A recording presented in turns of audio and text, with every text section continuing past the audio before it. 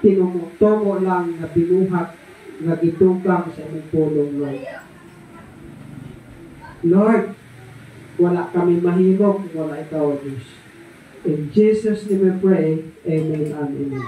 So, kinsay doon ay kadaugan o kapakyasan, pwede mag-testimony para orasa.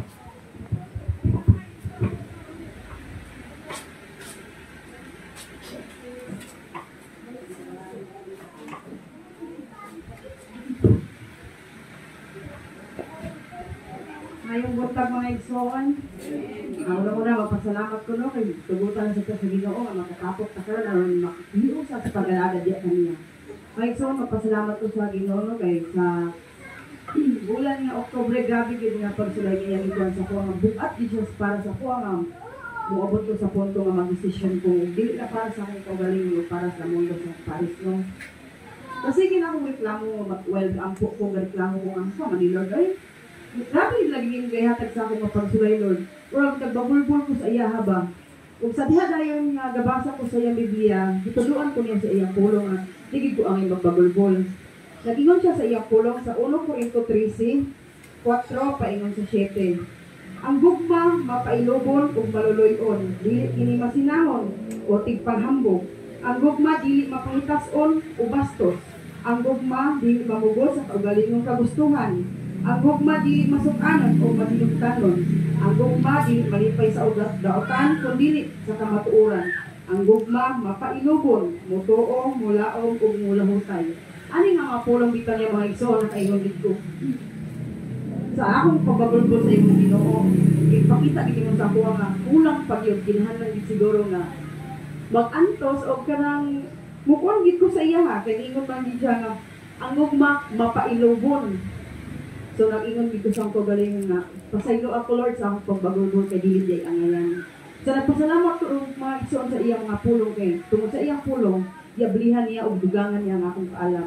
Huwag ka na lang igsoon na akong kanan ibalik sa akong buhit na Diyos.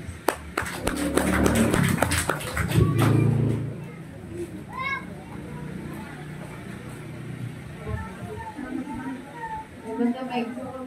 Buntag. Salamat ka sa Ginoo kay atong last week manggod na gipanulay ko sa Ginoo kay kuan nag adto man tayo manggod nagdita ako kay walay wifi ato. Tapos nay nag-text ako ato lo ka text sa babae ba dahil siguro sa to ako katulog. Nag-text sa ko nga kanang ma'am ibalik isend sa ko ang GCash na nahulog sa imong GCash. Nag-contact ko ba ako nga wala ba ko, wapod ka lang malam tini, i-open ako, ina ko nga, bas i-open daw na ako, ang akong Gcash kay, wala i-open akong Gcash yun, i-open na akong Gcash, paglantaw na ako sa akong Gcash, ang masayot na nahulog sa akong Gcash, 5,600. Pagkakita bitaw na ako, nanimbat, kinang balahibot kay, naglo ko ba, murang nagiti ko, basi nun, pagkasalon pa, inana de, ang akong gibuhat, wala, dili man ko katit sa SIM, kaya umang ko'y load, kay wifi na ba, gamit dito sa, giludan ako akong cellphone pang tip sa yan, nagbaros ko sa ina ko nga. Ma'am, kanang good pay, ina ko nga. Kanang ikulangan ako og load ang imong kwarta nga nasa akong Gcash kay para lang makatix ko sa imo. I-send balik ang imo. I-send ang number nga sindan ako balik or tawagin ko kay para mag-kwanta, istoryahan na. Di kami kay mong matawagan. Di kasi niyang number mo gusto mo nang dagong pasalamatan sa Ginoo bakay lahi ra gid basta pakailata sa Ginoo kay naatay gabat murag ka guilty ta sa atong kaugalingong bisag kuan kanang murag natay kahadlok ba nga kuan gusto murag nang pasalamatan sa Ginoo kay wag ko nagduwa nga ibalik sa iya kay kabalo ko nga natin sa panginahanglanon adto ni birthday pagiday niya ikaw ta ako murag na ko pasalamat sa Ginoo ito. Amen.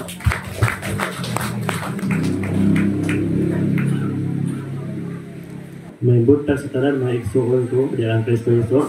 Kanang naala ko isir sa inyo mga igsuon ba about sa akong nabasahan ba sa meaning na please po ko sa meaning kaya tugato kang mamlili sa atong lasan di kay meaning na linog ang yang meaning sa linog ligon sa pagtuo bisan pa sa kalamidad o katalagman mo na ang ay ihalad kanunay ang kinabuhi diya sa Ginoo in nagatuo nga ang tanang pangitabo pangitabo sa kalibutan adunay katuyuan o ugma adunay paglaom sa kalinaw ug karaugan Ginoo Ginoo mo'y atong dalang panan sa tanang kasdanan. Napo ko inakuan nga kanang nginin sa kalag magud karon na wala nga ako na bless ko ani nga kuan ba nga gingon dinhi sa kalag letter K.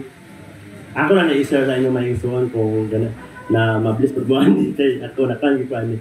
Letter K kinaganayon din nga kinahanglan ipakita nimo ang gugma sa imong bana, asawa, anak, igsoon, ginikanan samtang buhi pa sila ug ayaw pabuta nga sa ilang haya panimo kini ipakita.